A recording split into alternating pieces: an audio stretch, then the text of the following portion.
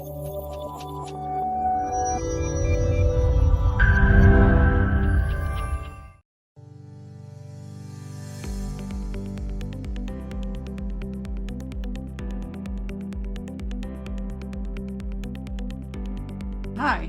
welcome back. Today we're going to talk about a few things. We're going to talk about keywords and the importance of them and looking at them in a big picture. And then we're also going to do a little overview of your Google certifications and how to access that. I'm also going to post instructions on Blackboard, so don't worry. I'll make sure that you can walk through there and take the right exam. The other part that we're going to discuss is your simulation so you can get started. I did try to record this video prior and had some audio issues, so hopefully this will all go smoothly. What would happen if you were to type in a very generic term in Google, like shoes? Well, there'll be some ads on the top, tons of huge national and global brands that are advertising. Can you compete with them if you're a startup small shoe store in San Antonio? What would be a more intelligent query? To find a shoe store near you that has dress shoes. Maybe dress shoes near me. Now I get the locations of the places near me. Google already had my location enabled, so it's getting smarter about serving up those queries, but the national brands are going to have a bigger presence. So Men's Warehouse are the organic ones. Up here are our display ads and shopping ads. You can go on and get certified in those too. I highly recommend it. And then here are the shoe stores. And then they also have Discover More Places where you can get shoes. So how do you know your strategy? It's really important to understand having a strong website keyword strategy in addition to having a strong advertising keyword strategy, because you don't want to pay for traffic forever and you don't want to miss out on opportunities of building up an organic traffic pipeline to your website. But these are the most important factors in organic traffic. Please note that Google will charge you a premium for advertising if your site is not SEO optimized as well. They want to ensure that even advertisers, because it's getting really competitive, are the best advertisers on their site or on their browser. So their customers, Google searchers, are always getting the best content if it's an organic post or ad.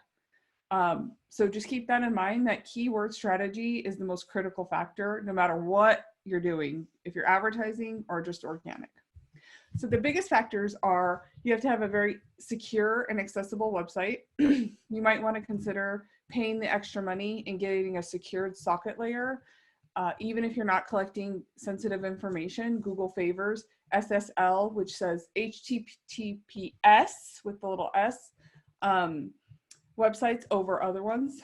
So page speed, especially mobile, since about 75% of all web traffic is now on mobile, thanks to social media and other things, and being out and about and able to use our phones because we have better internet when we're outside of our home. So they really will favor anybody who has not just a good mobile site, but a very quick one. Mobile friendliness, I would even take it a step further and saying mobile optimization, where you actually develop your smartphone experience based on that design for that type of phone. And your content is all optimized, so clean, good experience on your page. Technical SEO, so there are some factors of how Google can search your page and the way you organize your information. That whole user experience, so rank brain was the tool that Google used to use to understand how users interpret your site. They're using more AI and machine learning, just like Facebook. Links, so link building, internal link building and external link building, links that refer to your site. Social signals and real business information. So do you have a Google My Business page, and is it verified by Google My Business? I love this example. This is a fully optimized landing page. Take note of this. You will have a website assignment, and basically every lesson and all the things that you're doing are leading up to your making a WordPress website. Yes, it does have to be a WordPress website, and I'll go into that when your assignment is coming up towards the end of the semester. So here's our on-page technical SEO. So this is the structure. We're not going to discuss as much of the content, but the content would be, keyword is chocolate donuts. Oops. And if you open up a donut shop in Stone Oak, you would probably want to rank for not just chocolate donuts or donuts, but maybe donuts in Stone Oak Bakery, right? So you want to think of all these terms, and then you need to optimize each page for those certain terms. So your page has to be bot accessible, very valuable, very clear with the keywords that you want to rank for have to be in the top, in your title, your H1, your H2s, and then also in your copy, your paragraph copy. Okay. They like shareable content. So Google really will preference that because it shows that you're trying to be a part of a community. Your phenomenal UX means user experience, and can a user easily see and navigate and understand what your page is all about? Multi-device ready, but I would say again, optimized, and metadata inclusive. So having all your schema markups, so that'd be your technical SEO. You might have to work with a technical person to get that done properly, but know that there are additional technical factors to ranking with Google. So this is the perfectly optimized page, your title, meta elements. So here it is, your title, here's your meta description, and then that'll be your URL. This is actually exactly how you're going to turn in your SEO website assignment. So I want it to look like that: title, meta description, and URL. And some of your keywords that you pick for your keyword strategy better be in this, because that's how you do well in life. Okay, Google Rank Brain. Click-through rate. So when they get to your, do they click to your page from however they searched it? So how many people go there after they query shoes, right? Or chocolate donuts? Do they actually go to your site? So how well is your metadata written on your search results? And then once they get there, do they get out right away? That's a high bounce rate. So the closer to 100 is bad. The closer to 1 is great, because bounce means 100% of the people that go there bounce out of there quickly, because that is not the right page that they thought. Google does not like that. So you want to get your bounce rates as close to 50% or lower, if possible, depending on the business that you're in. That's really hard to do. I have gotten some pages down as low as 26%, and that's pretty outstanding. But if you can get close to 50% or lower, then you're doing an outstanding job as well. Time on page. So are they actually reading your content, and how long did they stay on your site overall? And then page views. Trying to get 2+ page views is critical. That means you have to structure your site in a way where it has great user experience, UX, and there's links and a flow that they can click through. If you've ever heard the term ClickFunnels or the click-through rate on the ad, but there's also a click-through rate on your page. So you want to have those 2+ pages and build your site in a way that you stay on top of that. You also can't have broken links, because that'll get somebody to bounce and get off your page. Okay, links. The book's going to go into this a little bit more. I highly recommend diving a lot deeper outside of this class into inbound links and outbound links. So the book has some chapters on that. So some factors of how you can make content that actually would get links. So the inbound links, off-site your page. So social is a good way to build links. There's also other partners that you can work with where they can put your link on their page if it makes sense for their business model. Other directories, articles, blogging, getting published, backlinks to your site. Those are all really good ways for you to get links that were from the outside, sending people to your traffic or traffic into your website. Outbound links. So your website to other websites. Google actually likes that you're referencing and talking about things that are already out there, because it shows that you are of the world and of the community. So outbound links from our website to other websites. Don't link to your competitors if it, in most cases, sometimes it makes sense. In most cases it does not, because you don't want to be giving your competitors traffic. You'd be surprised on how many people don't realize that. Okay, and then we have internal links. Internal links are to other pages on our website. So that's that click through and that flow. So on-site SEO, they like internal links as well. Okay, keywords. So there's going to be an expert session, I think you already completed it, where he goes into detail about a lot of tools that you can use. Hopefully you did take notes as I indicated, because those tools you're actually going to use throughout the course in your simulation and in your website assignment.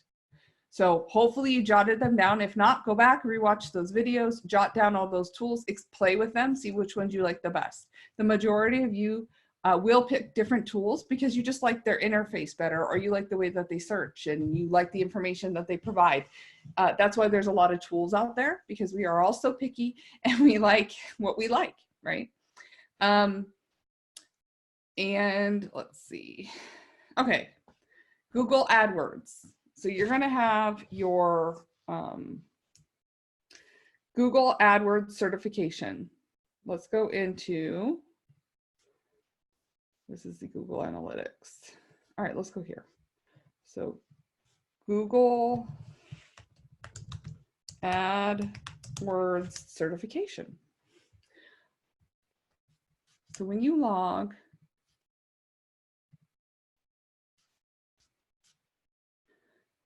this will be the certification program that you go through. It's 3.7 hours and it's a beginner one. They have they have a lot more. You could do display ads, you could do mobile ads, you could do shop ads. So you want to go through, you could do your knowledge check at the end, and then here's your assessment. Don't start that until you're ready, but you want to go here, study Google Ads search. It says optional because a lot of people do get this education. But I want you to go through all of these so that you can do your knowledge check and pass your assessment with flying colors. This is a really important certification, and I know that there's a waiting period. And the majority of people that don't go through the search, the study Google Ads search module, don't pass in time. So just go through it and then take your assessment. And then you'll be set up so that you can get into your Google Analytics is going to be your final. So if you log back into your skill shop, it'll redirect you, and then it'll be Google Analytics for beginners. And you're going to go through these learning modules. So look right here. Google Analytics for beginners, click. Advanced Google Analytics, click. You're going to go through that, and then you're going to take your exam. So that'll be this one. So that'll be for your final. So that's awesome. Out of this class, you're actually going to get 3 certifications. You're going to get your Stukit through the book here, which we're going to get into right now.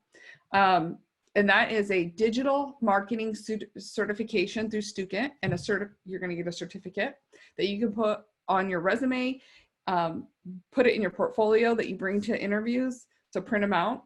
And then also you can load it right up to your LinkedIn profile. I'm gonna log in as a student.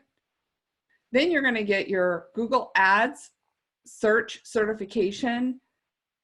So that is also something that you can put on your resume, print a copy of, and also upload to LinkedIn.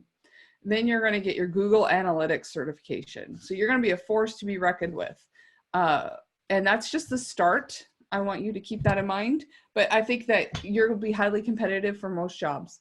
If you have any of those certifications, any of the Google certifications, please message me ASAP so we can determine which makes sense for you to take as your certifications for this course to be qualified. Anything prior to the course starting will not count as part of your coursework.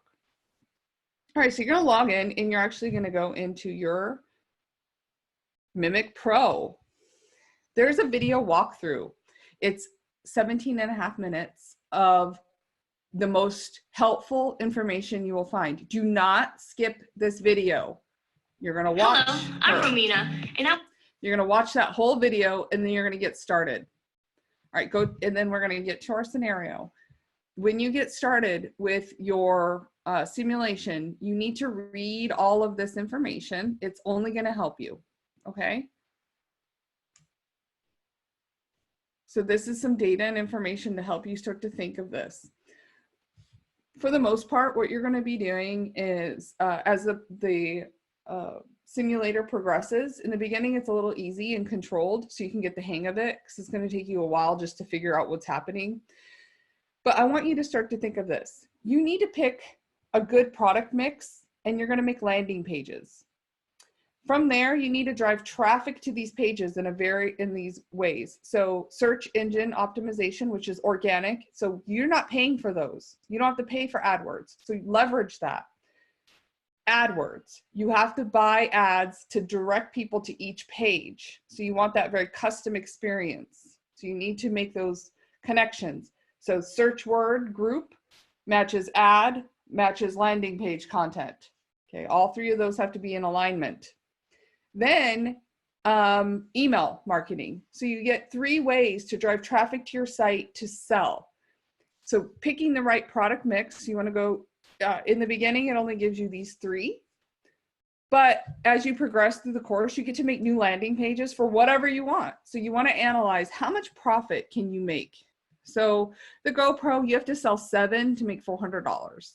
So that's a little over 50 bucks, maybe 60 bucks a camera. And then here it's $80 for one of these. Here's $105 for one of these. Now, going for all the expensive ones, you're missing out on a volume opportunity. Going for only the inexpensive ones, then you're missing out on a high margin opportunity. So you might want to look at your product mix when you're an advertiser and think strategically about how you're going to run campaigns week to week. You're going to research your keywords. And remember, you can't bid against yourself, right? So you're going to put a bunch of keywords and then organize them. So read this. Okay. Here's your ad campaign. So based on your keywords, you want to use all your $5,000, but you have to leave a little bit for your email tool. You have to pay for that if you use it or not. But if you do use it, and I think if you use certain content, you have to pay extra. So be mindful that you might have to go just under the $5,000. Okay, budget review, and then you submit. So then you run it. The number one problems you're going to probably have are not knowing how to use your full budget. Normal problem for anybody getting started in ads. You got to look at your data, figure out what you did wrong, group your AdWords better, and have better ad copy, because you only pay per click. So if your ads are not good enough to get a click, you have to figure out that, right? You have to troubleshoot. And that's why the discussion boards after each round are so critical. Not only are you going to post what you did well and what you need help with, I read through those and then I try to address them as a group, but also you can read what other people are doing. The goal is to get a minimum of $100,000 in revenue, or I think profit, not revenue, profit at the end of this simulation. You have 10 rounds and the majority of all students get it done. I think that the ones that don't are the ones that don't apply their knowledge. They're not going through their analytics. They take too long to take it seriously. If you put a reasonable amount of effort into this, you will be successful, no doubt in my mind, because I can log in and I can actually see what you did. And I can tell you that the people who do not do well are ones that put little to no effort, don't apply the knowledge, don't participate in discussions, and are not actively engaged. So good luck. I think you're going to do smashing, and I can't wait to see your super successes throughout the semester. Please message me on Slack or post in the public Slack channel for any other questions or concerns. And then when you're all completed and you're ready to do your discussion, I can't wait to see what you did well, what you're struggling with, and ways that we can make it better. Good luck. Thank you.